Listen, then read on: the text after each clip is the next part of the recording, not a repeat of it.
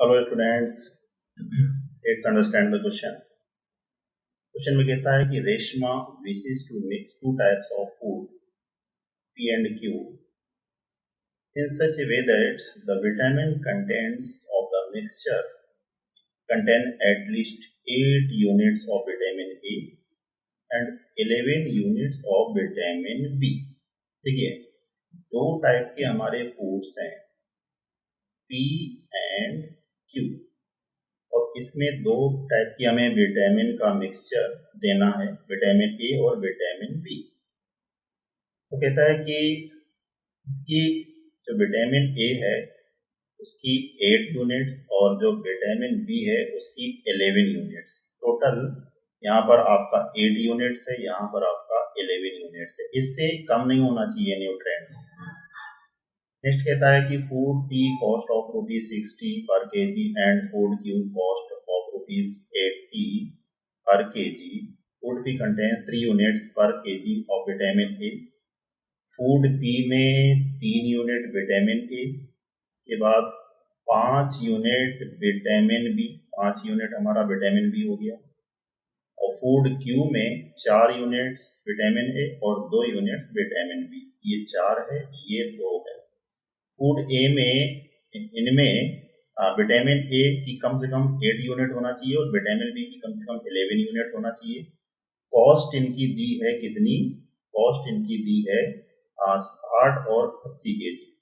तो कहता है कि determine the minimum cost of the mixture. ठीक है, तो इसको हम एलपीपी के फॉर्मुलेशन में इस तरह से सपोज कर सकते हैं कि मिनिमम ऑफ जेड ये कितना है? 60 और 80, 60 रुपए और 80 रुपए। ठीक है, इसको हम कर सकते हैं 60x प्लस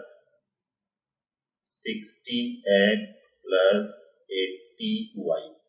फूड बी को हमने सपोज किया कितना? x kg, और फूड क्यू को हमने सपोज किया कितना? y kg। तो सब्जेक्ट टू द कांस्टेंट हमारे पास हो जाएगा कि 3x plus 4y less than और इक्वल टू 8 से कम नहीं होना चाहिए। ठीक है, 8 से कम नहीं होना चाहिए, यानी कि ग्रेटर देन और इक्वल टू कितना होना चाहिए? 8 होना चाहिए।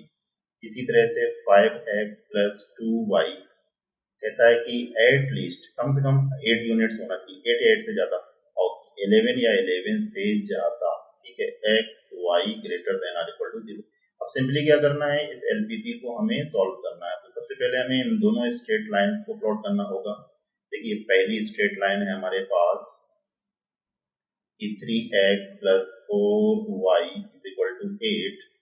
इंटरसेप्ट फॉर्म में अगर इसे लिखें तो ये हो जाएगा 8/3 plus y/2 is equal to 1। First line है। सेकेंड लाइन है हमारे पास 5x plus 2y is equal to 11। Intercept form में इसे भी लिखेंगे तो ये हो जाएगा 11/5 प्लस y के साथ में 11/2 इज इक्वल टू 1। ठीक है, इनका अगर पॉइंट ऑफ इंटरसेक्शन निकालना पड़े तो इसमें 2 से मल्टीप्लाई करना होगा। तो ये हो जाएगा अपने पास पॉइंट ऑफ इंटरसेक्शन के लिए 3x 4y 8, 2 से मल्टीप्लाई करेंगे तो 10x। एक बार देख लेते हैं विटामिन बी कितना कितना है, चेक कर लेते हैं फिर से।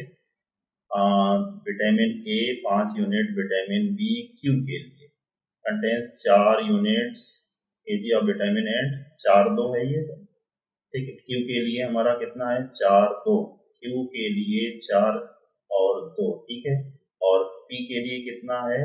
5, 3 और 5, 3 और 5 सही है। 2 से मल्टीप्लाई किया 4y, ये हो गया आपका 22। सब्ट्रैक्ट करेंगे तो माइनस का 7x, ये हो जाएगा 6, 14 माइनस का 14, तो x की वैल्यू कितनी आ गई? 2। x की वैल्यू अगर 2 रखते हैं तो 10। ठीक है, और एक 1/2, y की वैल्यू कितनी आ गई? 1/2। अब आते हैं कोऑर्डिनेट एक्सिस पर, इन सब को हम करते हैं प्लॉट इस तरह से। सबसे पहली लाइन है हमारी 8/3 और 2, यहाँ पे 8/3, यहाँ पर 2, तो ये लाइन हमारी इस तरह से बनेगी। ठीक है, ये पॉइंट हो गया 8/3, 0। ये पॉइंट हो गया 0,2 कोऑर्डिनेट एक्सिस पे। इसमें है आपका 11/5, 11/5 ये लगभग कितना हो जाएगा, और ये है 11/2, तो ये बेसिकली इधर जाना चाहिए, ठीक है, 5.5 के करीब, और ये इधर कहीं आना चाहिए क्योंकि 11/5 हो जाएगा 2.2 के समथिंग, तो ये कितना है आपका 2.6 के समथिंग। तो ये लाइन हमारी कैसी बननी चाहिए, ये लाइन हमारी ऐसी बननी चाहिए। ये पॉइंट ऑफ इंटरसेक्शन हमने निकाला P के लिए, तो ये पॉइंट ऑफ इंटरसेक्शन कितना है 2,1/2, और इसका अब ढूंढते हैं सोल्यूशन रीजन। तो ओरिजिन से सेटिस्फाई करना पड़ेगा, देखिए ये भी बाहर की ओर है और ये भी बाहर की ओर है, तो इसका जो सोल्यूशन रीजन बनेगा बेसिकली वो ये बनना चाहिए, ठीक है, ये सोल्यूशन रीजन इसका बनना चाहिए। कॉर्नर पॉइंट हमें क्या मिले, एक तो ये मिल गया, दूसरा ये मिल गया, तीसरा ये पॉइंट हमारा कौन सा था, सेकेंड लाइन का y कोऑर्डिनेट 11/2, तो 0,11/2, ठीक है, 11/5 यहाँ पर है 11/5, 0। तो अब आते हैं इन तीनों पर, सपोज ये पॉइंट हमारे पास A है, ये P है, इसको हमने नाम दे दिया किसका, P का। तो सबसे पहले A 8/3, 0 पर वैल्यू निकालेंगे, फिर P 1/2 पर वैल्यू निकालेंगे, फिर B 11/2 पर वैल्यू निकालेंगे, किसकी, 60x + 80y। तो यहाँ पर z है 60x + 80y, तो 60xy तो 0 हो गया, तो 60x को 8/3, ये हो गया आपका 160। इसी तरह से 60 × 2 + 80 का आधा 40 हुआ, 120 40, ये भी 160 हो गया। इसी तरह से यहाँ पर निकालते हैं तो 11/2 y के प्लेस पर और 80, ये काफी बड़ा हो जाएगा, करीब 440 के करीब। तो मिनिमम वैल्यू हमारी दो प्लेसेस पे आ रही है, क्या, 160 और 160।